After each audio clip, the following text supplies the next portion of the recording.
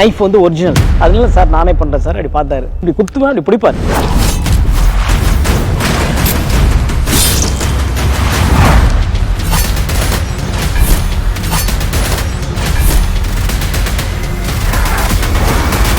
Jailer unlock super star నటించిన mega block buster Jailer unlock BTS documentary English sub titles తో ఇప్పుడు మీ sun next లో చూసి ఆనందించండి. ఇప్పుడే యాప్ ని డౌన్లోడ్ చేసుకోండి.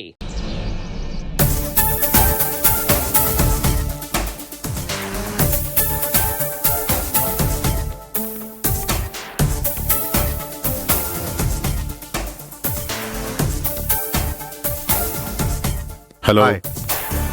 అరే ఎందుకు లేచి నిలబడ్డారు? కూర్చో కూర్చో. ఏంటి విషయం? అందరూ ఎర్లీ మార్నింగ్ వచ్చేసారు. చెప్పండి. ఇంతకీ నామినేషన్ ప్రాసెస్ కంప్లీట్ అయిందా? నెక్స్ట్ ఏంటి ప్లాన్?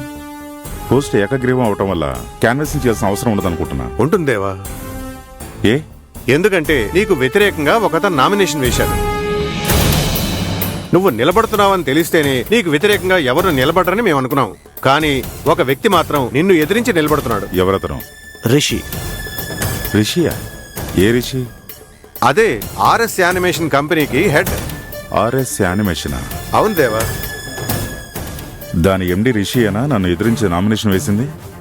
అతను ఆల్రెడీ నీకు తెలుసా? తెలుసు. అప్పుడైతే తనకు తెలిసేలా చేశాడంటావా? వాడిని నేను వదిలిపెట్టను. సరే కూర్చోండి, కోపడకండి.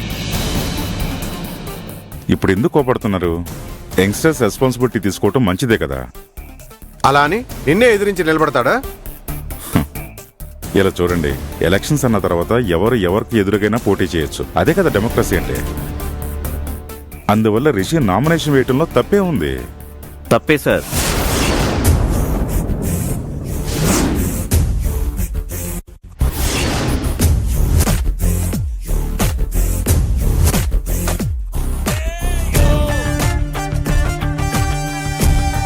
తప్పే సార్.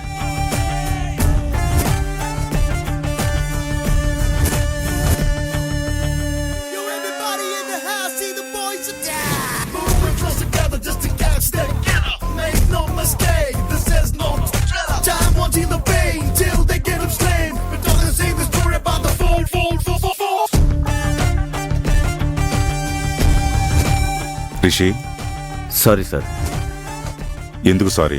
మిమ్మల్ని ఎదిరించి నామినేషన్ వేసినందుకు.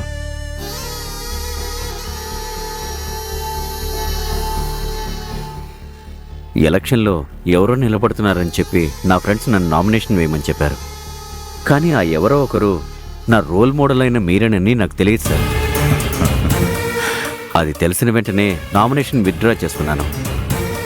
మీ ఎదురుగా నిలబడటానికి నాకు అర్హత ఉండొచ్చు, కానీ మిమ్మల్ని ఎదిరించడానికి నాకు అర్హత లేదు sir. I'm sorry sir. I'm extremely sorry sir. ఏంటి రిషి, ఇంత చిన్నదానికి ఇన్నిసార్లు సారీ చెప్తున్నావు? ఇన్ఫ్యాక్ట్ నువ్వు ఈ ప్రెసిడెంట్ పోస్ట్కి సెలెక్ట్ అయినా కూడా నేను చాలా సంతోషపడేవాడిని. లేదు సార్, ప్రెసిడెంట్ పోస్ట్ అనేది చాలా పెద్ద బాధ్యత. నాకు ఆసక్తి ఉన్నా కూడా మీకున్న అనుభవం నాకు లేదు సార్. దానికి మీరే పర్ఫెక్ట్ పర్సన్ సార్. ఈ విషయంలో మీకు ఎక్స్ప్లెనేషన్ ఇవ్వడానికే నేను ఇక్కడికి వచ్చాను సార్. మన క్లబ్ని మీరు హై లెవెల్కి తీసుకెళ్ళాలి. దానికోసం నేను ఏ విధంగా సపోర్ట్ చేయడానికైనా సిద్ధమే. చాలా థ్యాంక్స్ రిషి.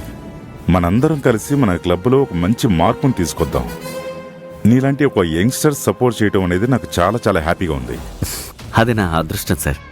ఖచ్చితంగా మీకు నా సపోర్ట్ ఎప్పుడూ ఉంటుంది. చాలా గొప్పగా అనిపిస్తుంది రిషి. ఇక్కడ వరకు వచ్చి నువ్వు ఇలా నిజాయితీగా మాట్లాడడం, నువ్వు మళ్ళీ ఒక జెంట్ల్మెన్ అని ప్రూవ్ చేసుకున్నావు. Thank you sir. నేను బయలుదేరుతాను సార్. బోర్డు మీటింగ్ ఉంది, టైంకి వెళ్ళాలి. ఓకే రిషి, వస్తాను సార్. మళ్ళీ కలుద్దాం. యా.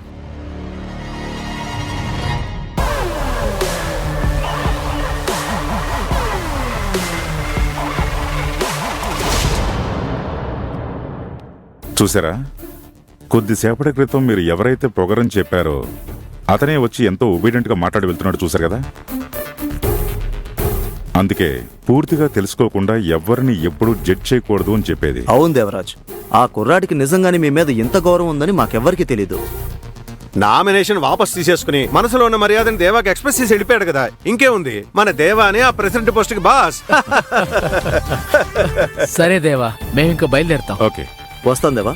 సరే దేవా, వస్తాను. దేవా, ఏంటో చెప్పండి. ఆ రోజు అరవింద్ అని ఒక అబ్బాయి గురించి నీకు చెప్పాను కదా. అవును, రఘునందన్ సన్. వాళ్ళ ఫ్యామిలీతో నేను మాట్లాడాను. నువ్వు చెప్పిన క్యాజువల్ మీటింగ్కి వాడు ఓకే అంట. ఏ రోజు మీట్ అవుదామో నువ్వు చెప్తే నేను వాళ్ళకి ఇన్ఫార్మ్ చేస్తాను. ఏంటి ఆలోచిస్తున్నావు? ఈ విషయం గురించి తర్వాత ఆలోచిద్దాం. కొంచెం హోల్డ్ పెట్టండి. ఏమైంది? ఒక కారణంతో చెప్తున్నాను, హోల్డ్లోనే పెట్టండి. ఓకే దేవా, కానీ అరవింద్ చాలా మంచి అబ్బాయి. అనామికకి సంబంధం ఫిక్స్ చేసి ఫార్వర్డ్ అవడం చాలా మంచిది. అతనికన్నా బెటర్గా ఒక అబ్బాయి దొరికితే? అరవింద్ కన్నా బెటర్ పర్సనా? ఎవరతను? చెప్తాను. Okay Deva, will meet soon. With pleasure. Bye.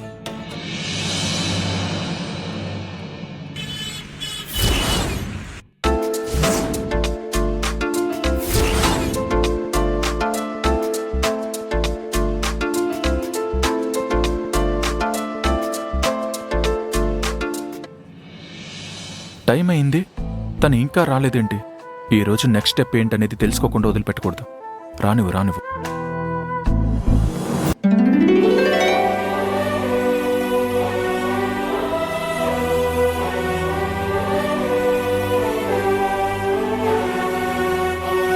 Hi hi hi hi.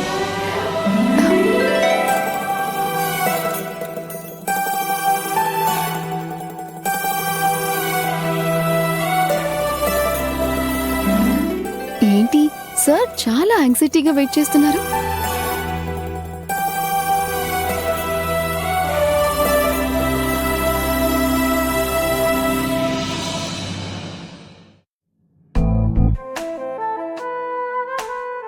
Hi, ఏమైంది? ఎందుకు ఇంత లేటు? ట్రాఫిక్ రా. ఏంటి నీకు అంత కంగారు? ఇలాగే మాట్లాడతావులే. సెకండ్ స్టెప్ ఏంటనేది చెప్పకుండానే వెళ్ళిపోయావు. ఒక మెగా సీరియల్లో ఇంట్రెస్టింగ్ కంటెంట్ ని మధ్యలో ఆపేసి నెక్స్ట్ ఎపిసోడ్ టుమారో అని వేస్తారు కదా, అలా వెళ్ళిపోయావు నువ్వు. అన్నిటికన్నా ముఖ్యంగా ఫస్ట్ స్టెప్ ఎందుకు ఫెయిల్ అయిందో నువ్వు ఆలోచించావా? ఆల్రెడీ ఫెయిల్ అయింది కదా, దాని గురించి మళ్ళీ ఆలోచించి మళ్ళీ అప్సెట్ అవ్వమని చెప్తున్నావా?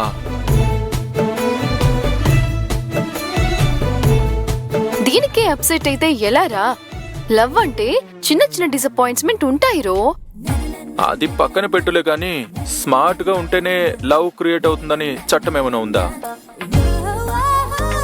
ప్రేమకి కళ్ళు లేవంటారు కదా. ప్రేమకైతే కళ్ళు లేకపోవచ్చు, కానీ నువ్వు ప్రేమిస్తున్న అమ్మాయికి కళ్ళు ఉంటాయి కదా. నీ లుక్తో తనని ఇంప్రెస్ చేసి ఉంటే నీ లవ్ సెట్ అయిపోయి ఉండేది. సరే వదిలే, ఫస్ట్ స్టెప్ ఫెయిల్ అయిందను అనుకున్నాం కదా, దాన్నే మళ్ళీ ఎందుకు రిపీట్ చేస్తున్నావు? నువ్వు నెక్స్ట్ సెకండ్ స్టెప్ కి రా బేబీ. సరే తొందరపడుకు, చెప్తాను. చెప్పు. తెగింపే సెకండ్ స్టెప్. తెగింపు అంటే? ధైర్యం. ఓ, ధైర్యంగా ఉంటేనే అమ్మాయిలు ఇష్టపడతారా? ఇష్టపడతారు. ఏంటి రియా నువ్వు చెప్పేది? అవును రో. ఇప్పుడు సినిమాలో హీరోనే అందరికీ ఎందుకు నచ్చుతాడో తెలుసా? ఎందుకు నచ్చుతాడు? ఎందుకంటే హీరోనే తప్పుని సూటిగా ప్రశ్నిస్తాడు, ధైర్యంగా అన్యాయాన్ని ఎదిరించి నిలబడతాడు, టోటల్ గా చాలా డైనమిక్ గా ఉంటాడు.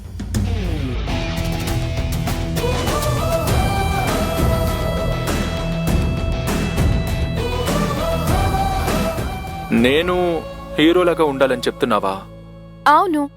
అప్పుడైతే నేను కూడా ఆ అమ్మాయి ముందు తప్పుని ప్రశ్నిస్తే తను ఇంప్రెస్ అవుతుందా? అలానేం కాదు, మిగతా వాళ్ళు వెనకడిగేసే విషయంలో నువ్వు బోల్డ్ గా డీల్ చేసినా కూడా తను ఇంప్రెస్ అయ్యే ఛాన్స్ ఉంటుంది. సరే ఓకే, నువ్వు చెప్పినట్టుగానే నా తెగింపును ప్రూవ్ చేసుకోవడానికి ఒకే ఒక ఛాన్స్ మాత్రం రానివ్వు. తన్ని ఎలా ఇంప్రెస్ చేస్తా అనేది అప్పుడు చూడు. చెప్తున్నావు కానీ చేస్తావా? రియా, ఫస్ట్ స్టెప్ లో అయితే నేను ఓడిపోయి ఉండొచ్చు, కానీ నెక్స్ట్ స్టెప్ లో డెఫినెట్ గా గెలుస్తాను. అది నువ్వే చూస్తావు.